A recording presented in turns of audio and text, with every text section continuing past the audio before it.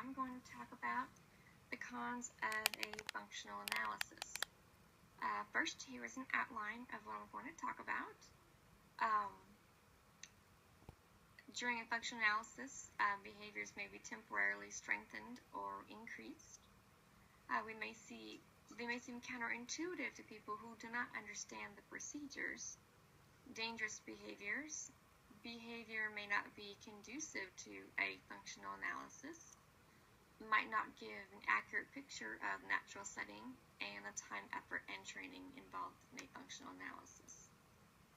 So the first one is that it may temporarily strengthen or increase undesirable behaviors, or behavior may acquire a new function during a functional analysis.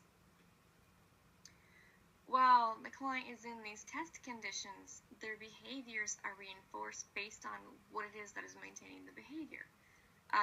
For example, Casey will scream as loud as she can to escape. So during the escape condition of a functional analysis, we're allowing Casey to escape when she screams. This could increase her screaming. But sometimes behaviors can take on a new function. Maybe Casey only screamed to get out of math, but she sees that while the behavior analyst is around, she also gets attention, so maybe now she will scream for attention as well.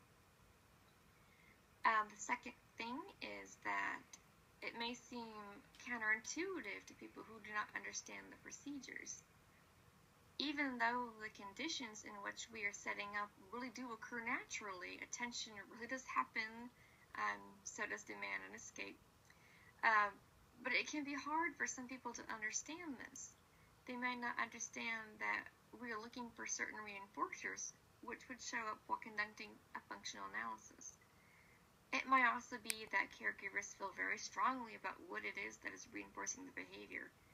They may feel it is very much attention, so why are we testing for escape? Why are we trying to see if it's demand? Because to them it is attention and there's no other reason for it.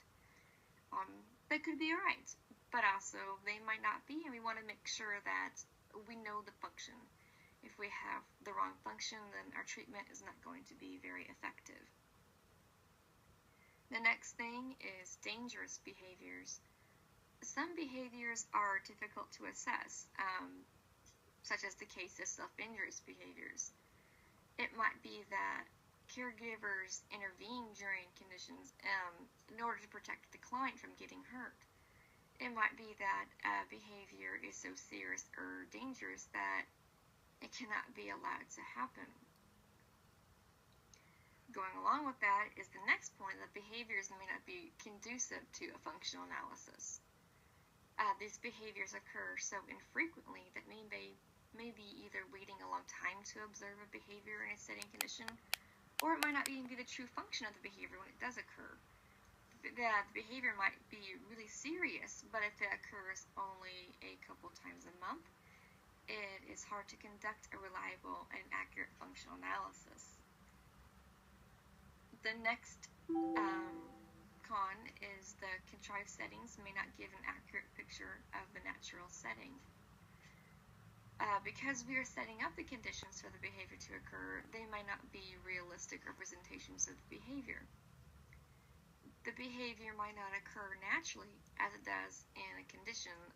Johnny may be getting out of his seat only 5 times a day for escape, but we set up the condition and he now gets out of his seat for 15 times. Well, 15 times is not what's really happened during the day. It's not a really accurate picture of what's really going on with Johnny. So that is something to keep in mind. Also, the last con is the time, effort, and training that is involved in a functional analysis. It takes time to conduct a functional analysis.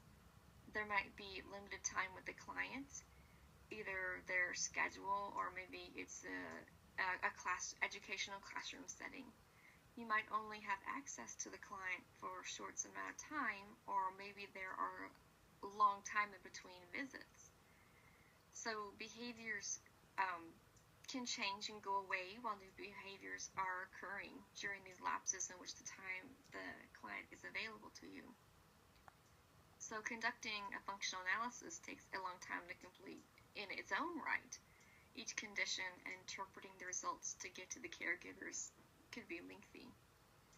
It takes a lot of effort to conduct a functional analysis. Setting up and conducting each conditional setting with the client is not always easy. This is especially true in a classroom. You might only get to test for one condition a day, maybe. This means that you're going to have to go to school for several days until the functional analysis is complete. You're going to have to get in your car, drive to the school, depending on where you're at and where the school is located. That could be a long drive. You're going to have to get checked in with the office, go to the classroom, get little Susie out, maybe test for escape that day, then you got to drive back to your home. This takes up a lot of time each day to do this. Also, that the training that is involved for the people who are going to conduct or interpret a functional analysis takes time. It takes time to train people. You can't just hand the classroom teacher a piece of paper with a few notes on it and say, here you go, tell me the function of Susie's behavior at the end of the week. The teacher may not know how to conduct a functional analysis, or when, or why, or who is involved, or how she's even going to do this while trying to teach the rest of the students in her classroom.